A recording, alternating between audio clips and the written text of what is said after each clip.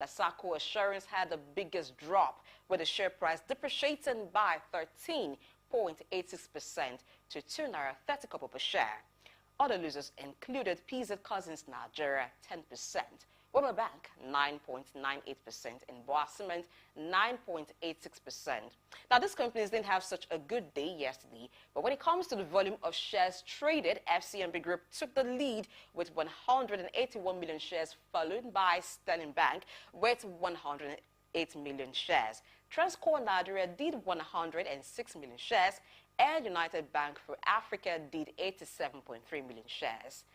It was an eventful day on the Nigerian stock market yesterday, with ups and downs in share prices and trading volume. And for the very first time in about 4 weeks, the market had its first dip after investors took profits. We'll talk more about that when we sit to analyze what all of this means with our analysts. Now, moving on to other reports from stock markets in Africa. If we look at a larger picture, that is the larger African stock market, the Egyptian Stock Exchange on Tuesday, July 4, 2023, closed at 17,665.29 points, which is pretty good news because it increased by a significant 376.89 points, or 2.118% if you like. Now, this indicates that the overall market is doing well and showing a positive trend. In the market summary, the value traded over 1.4 million Egyptian pounds. That's a lot of money changing hands. Again, a total trading volume of over 559 million shares, which means a lot of stocks were bought and sold. And in total, there were slightly over 52,800 transactions, showing how active the market was. Additionally, market capitalization, which represents the total value of all the companies listed in the market, stood at a massive 1.2 billion Egyptian pounds. Moving now to Ghana. The index for the overall performance of the stock market, known as the GSE Composite Index, closed at 2,817.29 points. That's good news because it increased by 9.27 points, or 0.33%. This indicates that the Ghanaian stock market is on a positive trend. Taking a look at the market summary, the value of trades conducted in Ghanaian cedis amounted to 476,670 cedis. That's a significant amount of money changing hands. Note that the total amount of shares traded was 217,718, meaning a considerable number of stocks were bought and sold. Now, in total, there were 217,718 transactions, reflecting a level of activity in the market. Now, as for the market's capitalization, which represents the total value of all the listed companies on the exchange, it stood at over 68 million. Now, when we look at the performance of the Ghana Stock Exchange over different time periods, we see positive results. Now, over the past month, the index increased by 12.01%. In the last 3 months, it grew by 2.04%, and year to date, it has shown a solid increase of 15.28%. Looking back again over the past year, it rose by 10.68%, and over the past 2 years, it climbed by 6.22%. So we can see that Ghana Stock Exchange has been performing well with positive changes in its value across various time periods. The market has seen active trading, indicating investor interest and participation. It's a promising sign for those involved in the Ghanaian stock market. If you're an investor there, it is good news for you this morning. Moving over to the UK stock market, the FTSE 100 index, which represents the top 100 companies in the UK, closed at 7,519.70 points, experiencing a small decline of 7.54%, or 0.10%. Now, in Germany, where the DAX index, which tracks the performance of the top 30 companies in the country, trading ended at 16,039.17 points, showing a decrease of 41.87 points, or 0.26%. In France, we have the CAC 40 index, which reflects the performance of the 40 largest companies in the country, concluded at 7,369.93 points, indicating a drop of 16.77 points, or 0.23%. Now, in Italy, the FTSE MIB index represents the top companies in the country. It finished at 28,386.88 points, with a decrease of 60.02 points, or 0.21%. And finally, we are now in Spain, where we have the IBEX 35 index, which tracks the performance of the 35 most liquid Spanish stocks. It is currently at 9,644.80 points. It went up by 51.8 points, representing an increase of 0.54%. These numbers reflect the recent changes in the value of these major European stock market indices, with each index experiencing a slight decrease in its overall level. Now, speaking of markets across the pond in the United States, it was a good start. The Dow Jones Industrial Average, DJIA, represents a group of 30 big companies in the U.S. It closed at 34,418.47 points, reflecting a slight increase of 10.87 points, equivalent to 0.03%. Also, the Nasdaq Composite Index Comp, which includes technology companies, ended at 13,816.77 points, experiencing a gain of 28.85 points and representing a rise of 0.21%. Moving on to the S&P 500 index, SPX, the performance of 500 large U.S. companies included at 4,455.59 points, showing a modest increase of 5.21 points, indicating a rise of 0.12 points. Next up is the Russell 2000 Index, RUT, which focuses on smaller U.S. companies. It finished at 1,896.78 points, marking a gain of 8.05 points, which is equivalent to 0.43%. These numbers indicate that the stock market and interest rates have mostly experienced minor changes. Now, some indexes and interest rates went up slightly, suggesting a slight positive trend. At the Asian markets, where there are interesting developments there as well, the Asian Dow Index, ADAL in USD, closed at 3,572.5 points, experiencing a slight decrease of 20.16 points, or 0.56%. Japan's Nikkei 225 index ended at 33,442.52 points, showing a larger increase of 330.81 points, or 0.98%. And Hong Kong's Hang Seng Index, HSI, concluded at 19,415.68 points. Now, that indicates a modest increase of 109.09 points, or 0.57%. On the other hand, China's Shanghai Composite Index finished at 3,254.35 points, with a small increase of 1.37 points, or 0.04%. These numbers means that the value of those major Asian stock market indices have improved. Now, the ADO and NIC indices decreased, suggesting a decline in overall market performance, while the HSI and also the Shicomp indices had mixed results, with the HSI increasing slightly and the Shicomp expanding. Let's look at how cryptocurrencies around the world exchange. Now, talking about exchange rate, let's begin again from home. Nigerian Naira and some popular currencies currently exchange at different rates. Now, at the moment, if you exchange Nigerian Naira for US dollars, you would get about 741 Naira 50 kobo for every US dollar. So if you had 1,000 Naira and wanted to convert it to US dollar, you do the math, you know what you will get. Now, if you're looking to exchange Naira for British pounds, the exchange rate is around 973 Naira, 67 kobo for every pound. So again, do the math, multiply, and know what you get. So for euros, the exchange rate is about 833 Naira for every euro. So with 1,000 Naira, you just need to multiply, and then you will know what you would get at the end of the day if you're exchanging currencies.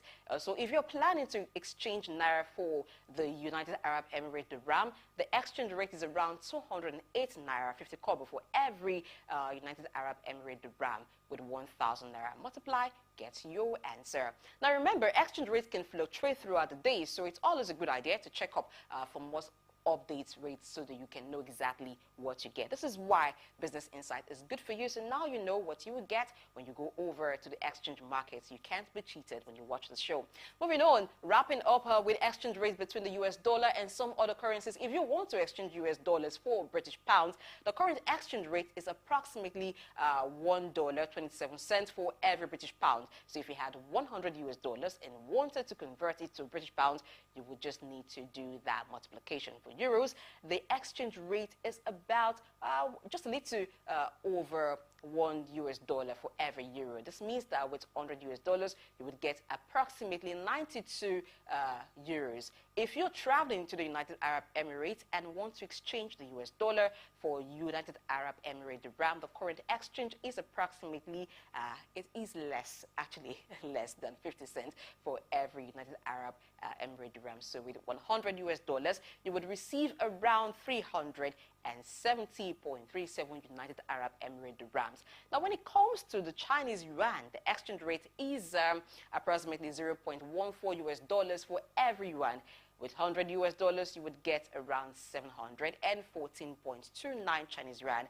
Remember again that exchange rates could fluctuate, so you need to always get updated on the exchange rate. Now, these are what it stands out when it comes to currency exchange, talking about major currencies in the world: the US dollar, the pounds, the Japanese yen, and of course, the Nigerian naira. So I know you need to make sense of all of this, and that is why we're going to break and sit with an analyst to talk about all that has happened at the various markets in regions around the world. Stay tuned.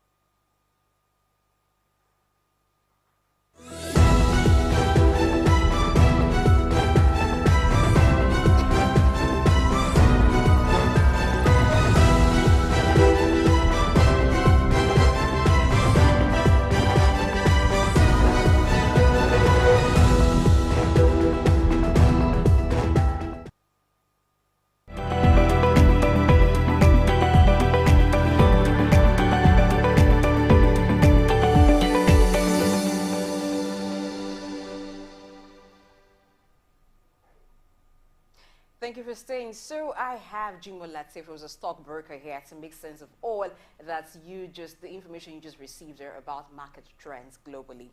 Now, but we would talk more about the Nigerian Stock Exchange because lots of activities happening there. It's been a very bullish market for over the past 4 weeks, but something happened yesterday. So let's begin on that note. Thank you for coming on the show, Jimoh Lateef.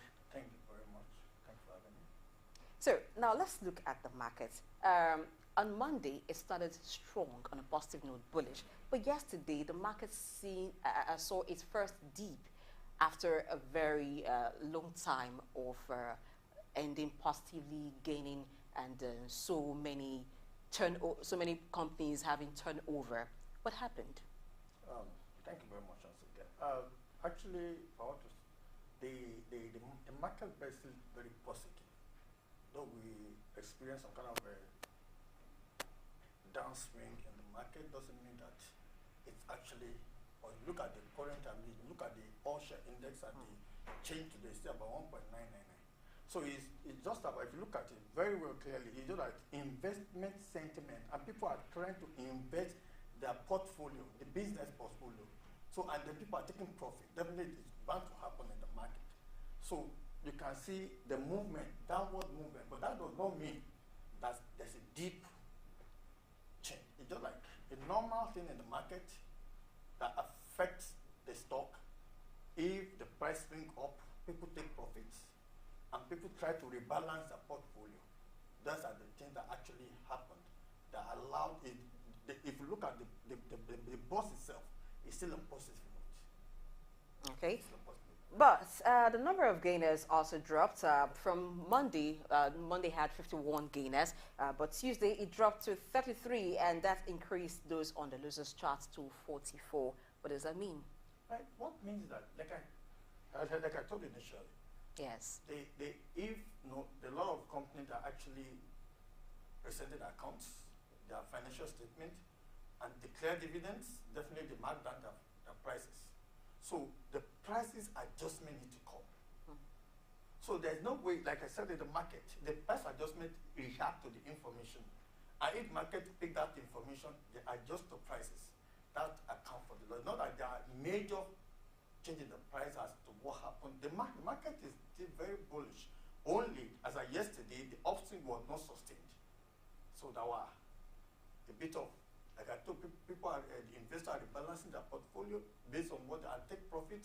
Then there's a price adjustment based on what the company has been able to do in terms of dividends to their investors and to the people that invest in them. And those things have an effect on the price of the stock. So that's the other. But even if I look at it, most of the even the highest traded accounts, FCMB, we still have some that even make some significant move in the price of the. I mean, the cheap PLC has about 10% increase in their price. So all that one that happened is not because major things happen to them. It just some are actually price adjustment. So that's it. All right, now, like you said, in spite of the decline, the market is still positive. It still had an all-share index on Tuesday of over 60,000. Now, but for some persons who may be wanting to make new entries or new investments into the market, is there any cause for concern? Because sometimes we've seen this sort of trend in the past. After profit taking at the half of the year, the market seems to have begin to have a new momentum, and for sometimes it seemed like the bullish trend begin to depreciate. It starts like this. Is there any cause for concern? Yeah. Now, this is the only time for you to enter the market. Look, I can tell you there's a price adjustment. And because of that price adjustment, you see, you can now see the underpriced stock that you can invest in. You don't invest because the price can swing. You have to look at the stock you want to be using the fundamentals or the technicality that you can use to be able to appraise that investment to the stock. So it's not that there's no, to me, there's no major, there's no problem so far. It's normal in the market. Prices react to the information. And when they react to the information, it's for you to use that information for you. Because there's no, even with fundamental that we have, there is no, I don't think there is a major setback in the policies of the government that can affect adversely the stock for now. All right, now let's look at the performance of indices. Even the top 30, top 50, it was missed for them yesterday. But oil and gas had its all positive. What does it say? Because we look at oil and gas, where we are trying to look at the policy direction of the government. Look at what happened in yesterday. We heard the news that there will not be a charging point. The child said, okay, there will be a charging for electric cars. How this thing has a way of, okay, this is a positive trend in the oil and then look at what we even in the oil industry and the oil market. I mean, there's a big swing in the oil industry now. So we are producing more, and the markets is there for us. There's no major setback in the market for the. So if you invest, if you look at, like I said, the fundamentals surrounding oil and gas is very sound. So that's why people are rushing to it, because, for instance, people want to be where they can easily recoup their investment, not a long time. No, we have different kind of investors. We have passive, we have active. People that sit down to look at the portfolio and rebalance it immediately. They are not waiting, because they are constantly watching the market, even your own market and the global market. I talk of oil and gas. Oil and gas is not only Nigeria. It's actually across. It's a global receptor account. So these are the things that people looked at. If you want to it's not only oil and gas, even insurance stock. I found it yesterday. Like Lasaco has a very good rating. So these are the things people looked into. But oil and gas being the major, the major stock movement because of what surrounds, and people are beginning to see the reason why they should invest in it based on the fundamentals they have. And from what I see, oil and gas has a very positive fundamentals for them. All right, reportedly, the South African market is the biggest stock market in Africa. But going by the indices that we're seeing, the Nigerian markets seem to be getting stronger and stronger. What does that mean for Africa as a whole? Does it mean that these other markets, even though they're having ending positive, but the activity is slowing and some markets are picking faster than others? If you look at what happened in Nigeria before this time, Nigeria has been the major in the stock market, in Africa especially. We have been in South Africa, just, although it has been on and on, but look, let me leave that. Let's go to the current policies of government that drives the major stock in the market. Because people, like I told you, people will react. We can even have people from other countries investing in Nigeria. If they see the major, like we can see the policies of our President Tinubu in recent times have been so massive that even you people that the external investors want to invest in, because they can easily repatriate their money, they can recoup their investment, as when they would do, there's no blockage. You know, the way the market is, it's not the policies of government that is helping. And look at what is happening in South Africa now. South Africa, they've been the player too, but if you look at what is happening internally too, it's not that conducive for that. People, the investors, both local and international, they look for where they can have a kind of a good reliance and a kind of a security in terms of the funds. So if they think Nigeria is now becoming a secured place for us to put our money, I think that may account for the swing. It's been very enlightening having you on the show, Jimoh Lateef. And that's how we wrap up Market Trend. We're going to break, but we'll look at emerging trends in the global business landscape. Stay tuned.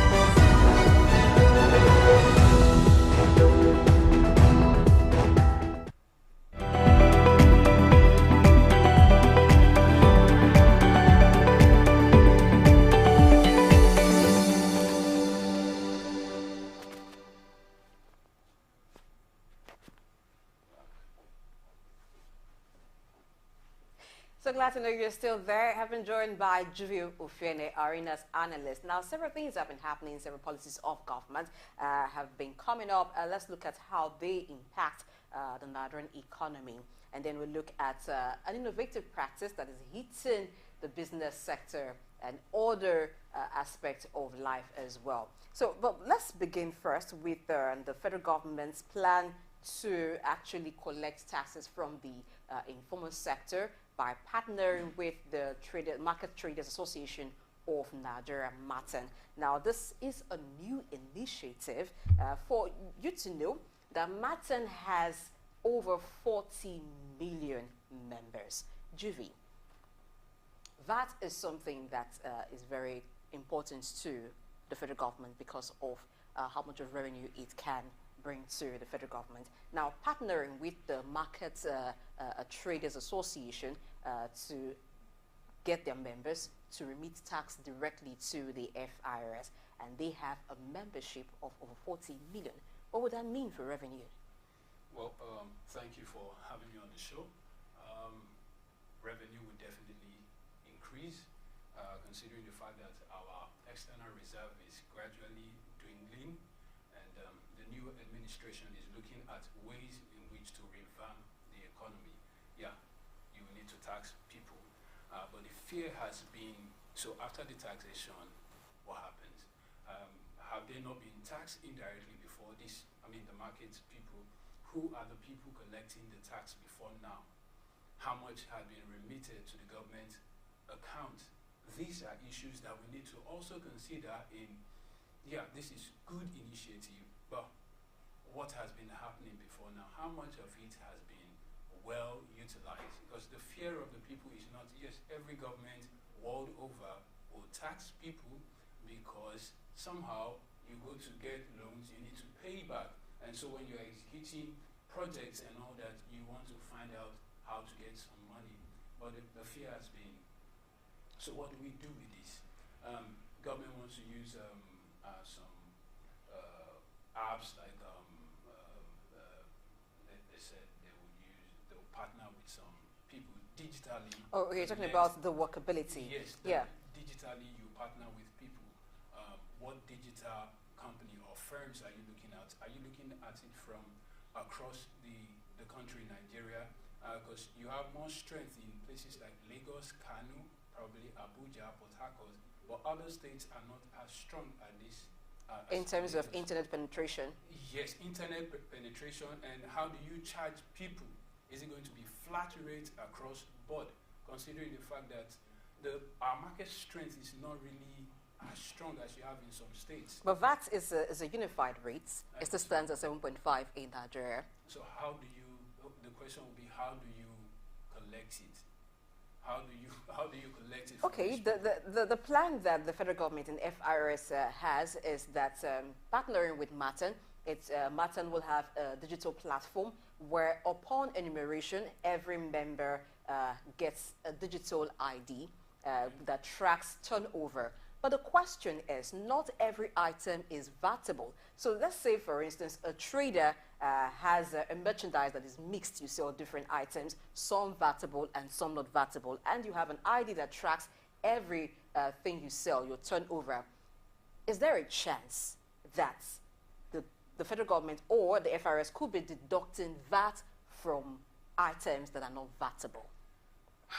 Which becomes like a disadvantage to the taxpayers themselves. Yeah, I'm also looking at the taxpayers like they've been paying something indirectly before. Would they continue to pay those people that supposedly come as government agents? No, the government says this will curb multiple taxation, and they're also looking at partnering with security agents to curb the issue of touting, which the different multiple taxation sometimes employ as a way to get tax. But let's look at identifying the items that are VATable. Okay. Yeah. How do you think it's going to work with this digital system? It's a whole lot because yeah, there are good intentions with this, but like you said, how are we going to work this out with the people? Are you going to tax someone who sells whose major wear is just sachet water? How do you tax that person 7.5? Who are the people that you would be able to tax freely? And who are the people that you let go? Is there anyone that you let go out of the net? like I was saying, how are we going to tax the people? It's across board here, 7.5. But who are the people? Like with the words, like, do you tax someone whose major article is sachet water, for instance? How do you do that? And do you have manpower to carry out these process without the glitches that comes from, you know, when we deal with anything that has to do with digitalization, it's always a problem for us here. So how do we have things in place to do this rather than just proclaiming a policy? How do we carry out these things? These are basically the issue. And another issue is transparency on the part of government. Okay, let's look at pricing. Would this have any implication on pricing? When traders, for instance, here owe tax, and then sometimes there seems to be a reaction to, okay, what I'm giving out, let me make up for this. Definitely. You know how Nigerian system works. Take, for instance, the removal of fuel subsidy. Even people that drive diesel-powered vehicles also increase. So who is going to checkmate? Is there going to be control to this? And we don't, a great deal of the time, people don't increase 2%. They just go 100, 200. And if you are not buying, someone else is going to buy. So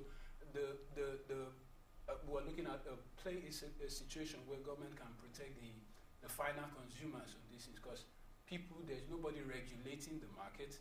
It makes it free for anybody to decide whatever price. So price will automatically go up. All right, leaving the VAT issue, there is an innovative practice that is like a whirlwind sweeping through countries and hitting different businesses and different trades. I'm talking about the artificial intelligence, AI. Now, for some sectors, it has been there, and for some, it is new.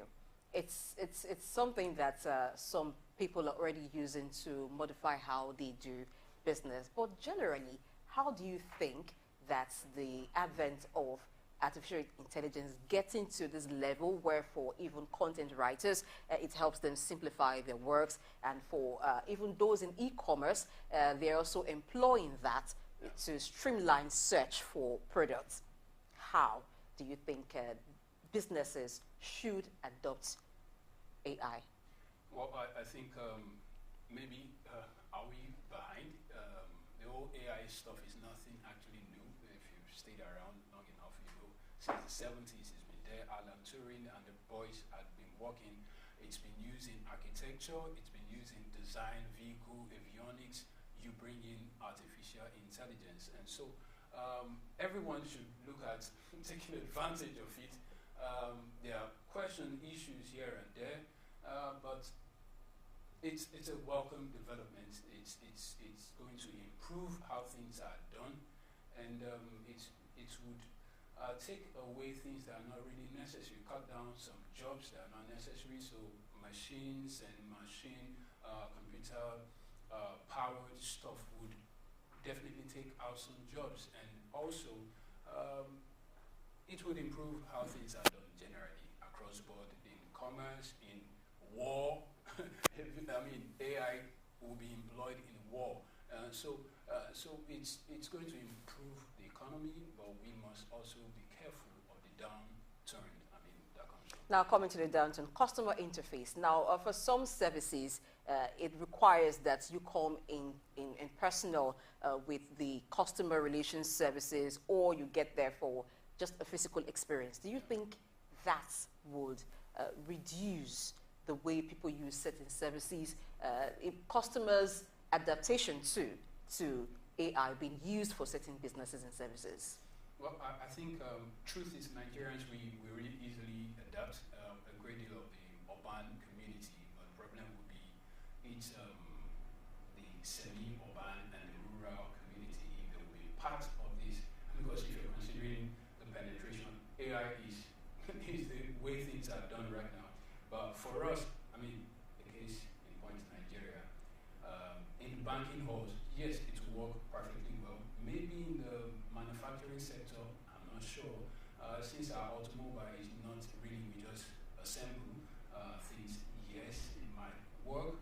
But when you go to the informal sector, we might not have its benefits out there. So that would be our challenge. But people definitely in Nigeria would like to easily adapt to things, and this would work in some sectors, but in some sectors there will be setbacks. I mean, to it. So how do we ensure balance, or how does a business ensure balance while the people catch up? Well, I think businesses would have to orient the people and keep doing that until, and Nigerians are catching up. The truth is, there is nothing that takes Nigeria entirely out of preparation. We almost always adapt. So businesses that start in some stores already, you have AI stuff already working. So you might not have the robotics and all that, but you have AI powered things already, services already in the country. And people are adapting, people are moving. So it will be a big deal for us here. Thank you, Juvie Oshene, for being here. For having me. It's a pleasure. We'll go on a quick break again, and this time we'll be looking at the creative industry. This is one sector that AI is greatly impacting. Not just AI, let's look at other issues in the creative industry. You want to stay for this discussion? Let's stay.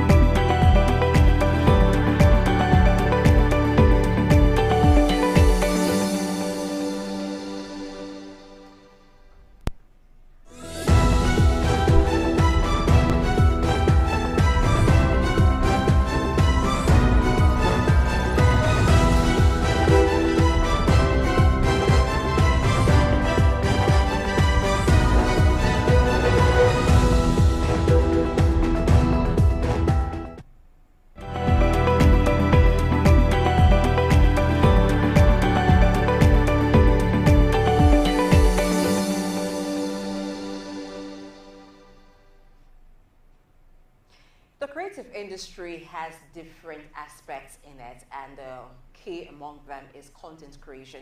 Now, content creation globally is worth over $100 billion. This is it's turning to be a major employer of labor around the globe, and even in Nigeria. You find young persons today and you ask, what do you do?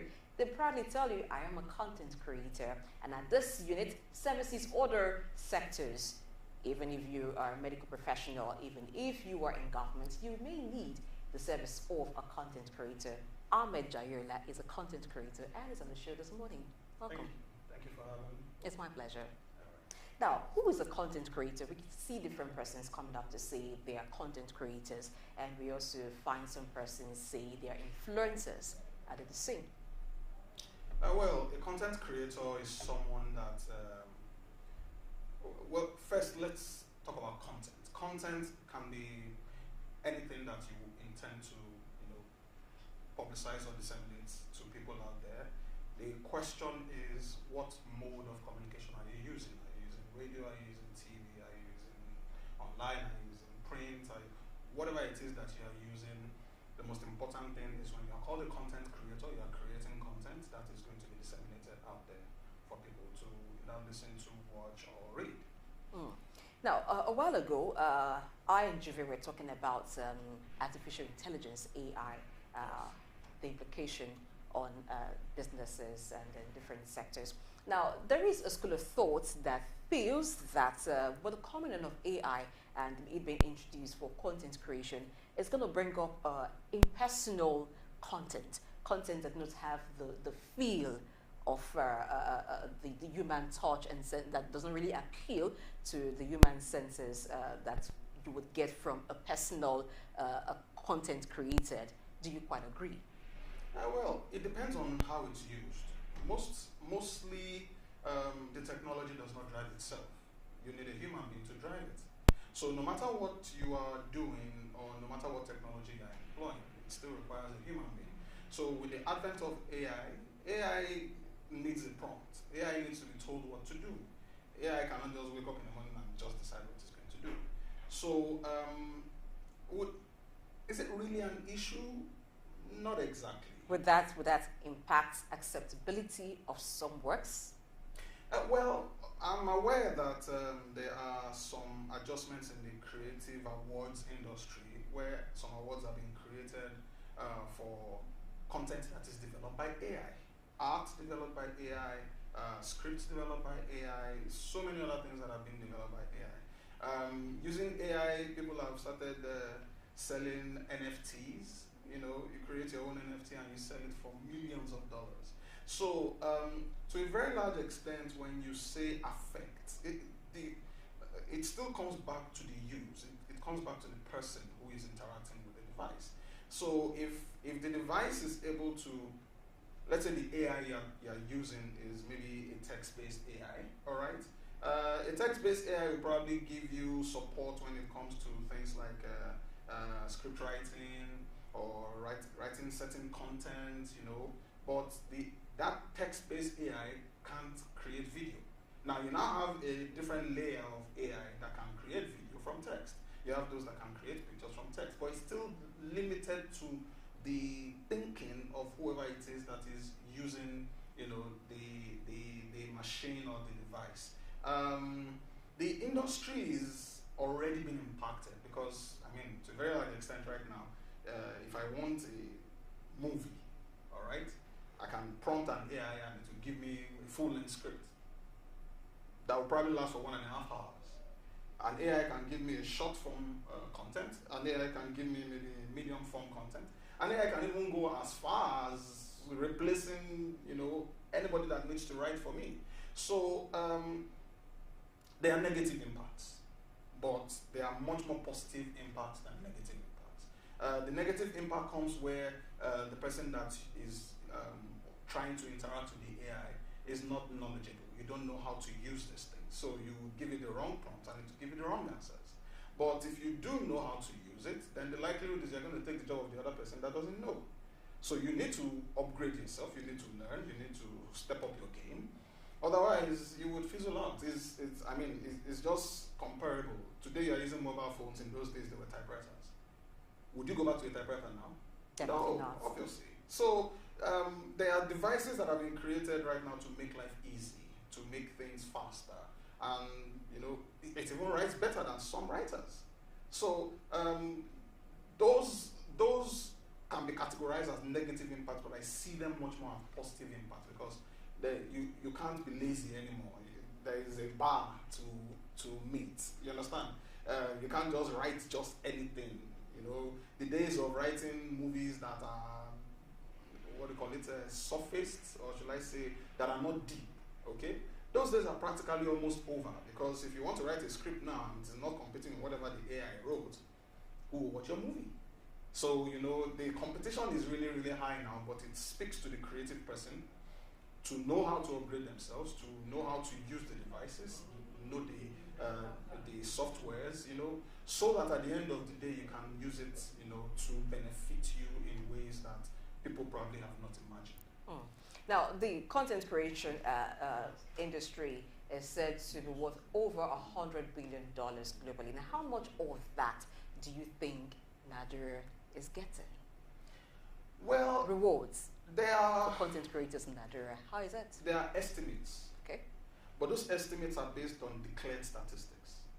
All right, we don't have the real value. You have people that are saying things like, I made maybe like 1.6 billion. I made like maybe like 700 million.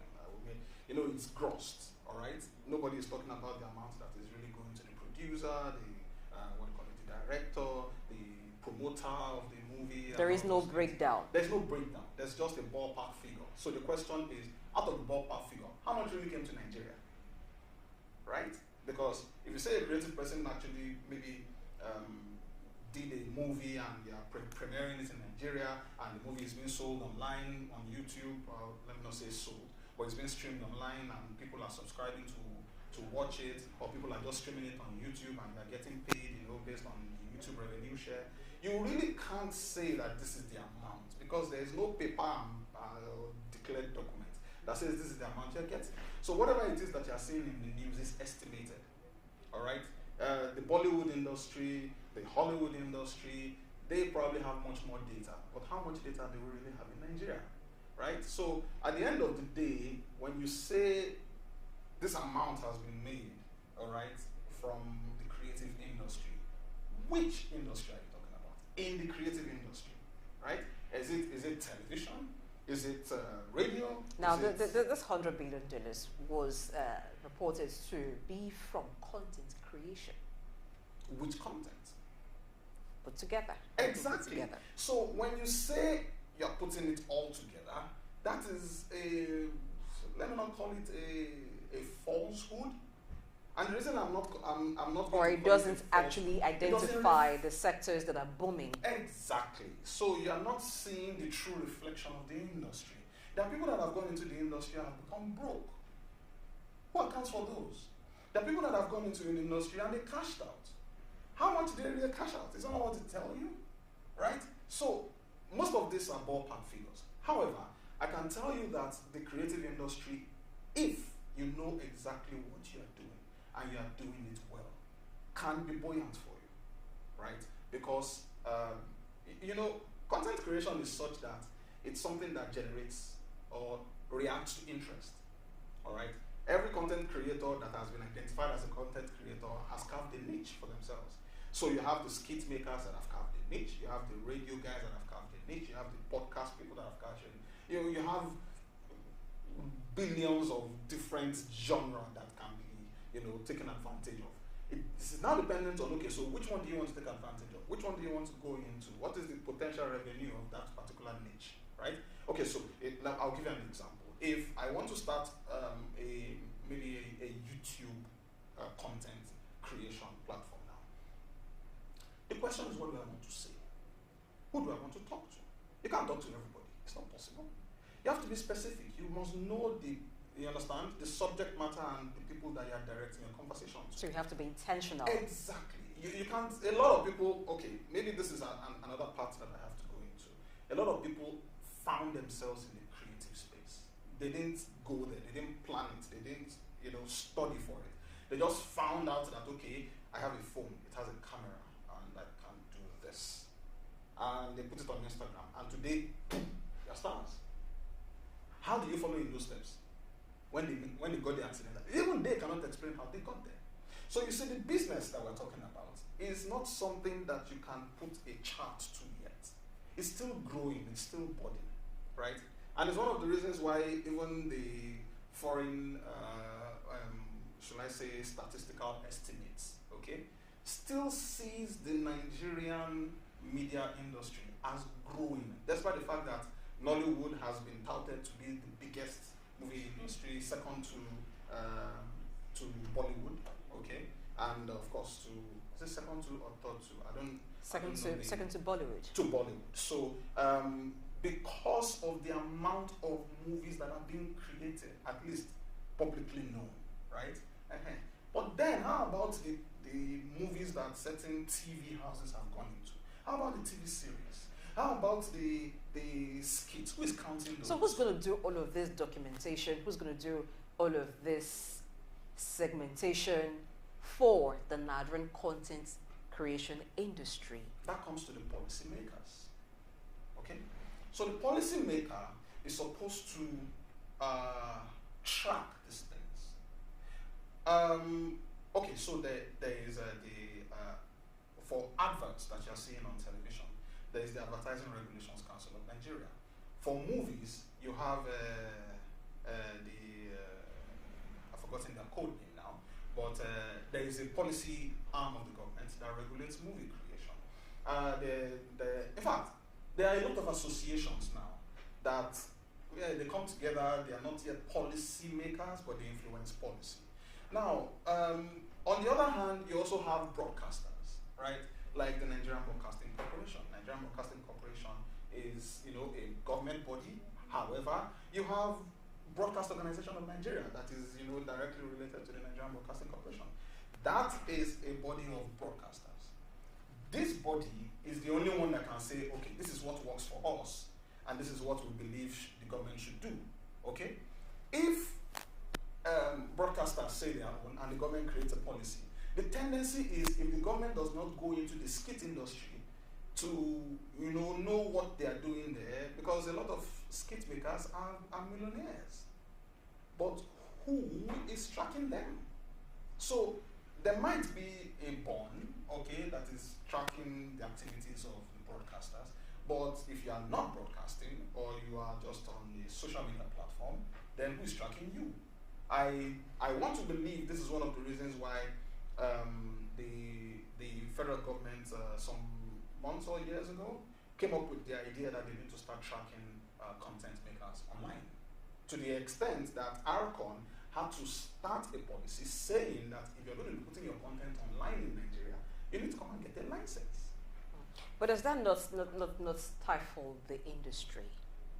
How do we create this enabling environment that the industry, you mentioned that when we look at global figures, we don't know how much of it comes to Nigeria. Policies like that, does it have a downside? So, when you want to exert control, let me not use the word exact. When you want to put, a form of a guide, all right, it will be painful.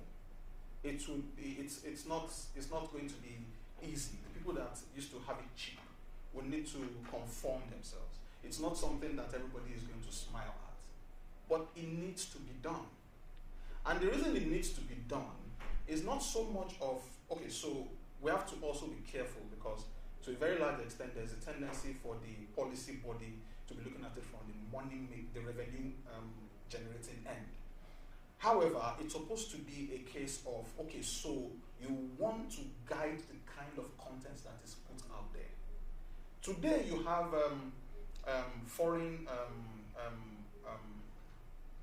broadcast organizations that are telling, should I say foreign content owners or producers, that you can't produce this kind of content, right? The Nigerian Broadcasting Code reflects that you cannot put blood on screen. But then you now have licenses that are given to pay TV platforms that says you can do whatever it is you want on that platform, but then when you're on terrestrial, no blood. Okay, no problem. Question. What if I decide to show blood and I don't own a terrestrial license? Would you chase after me?